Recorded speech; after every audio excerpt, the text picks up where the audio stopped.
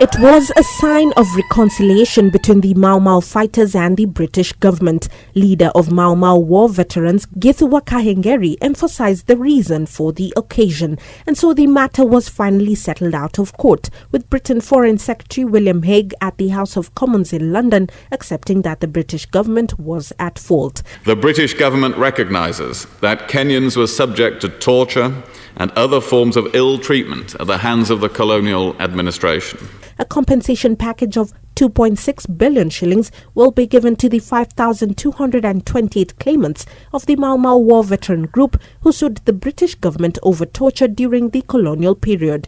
Furthermore, Britain will also finance the construction of a memorial in Kenya for the victims.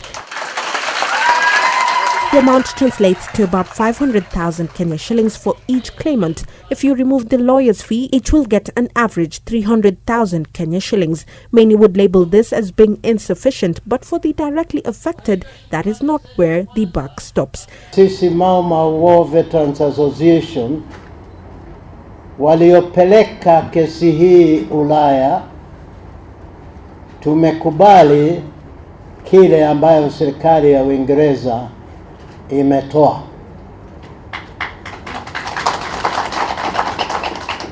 Alafu inaweza kuulizwa kama tuliulizwa kama inatosha. Kutosha haiwezi kutosha.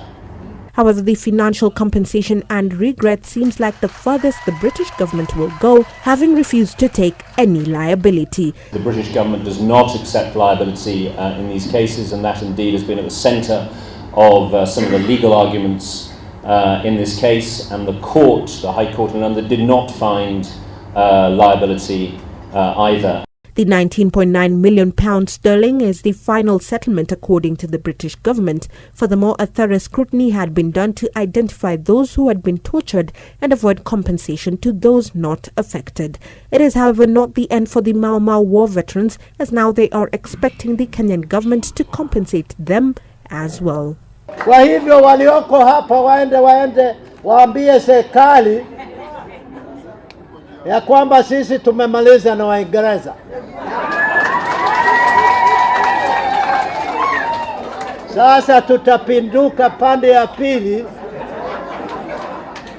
nao walipe sisi fidia ya wale waliokufa katika msituni,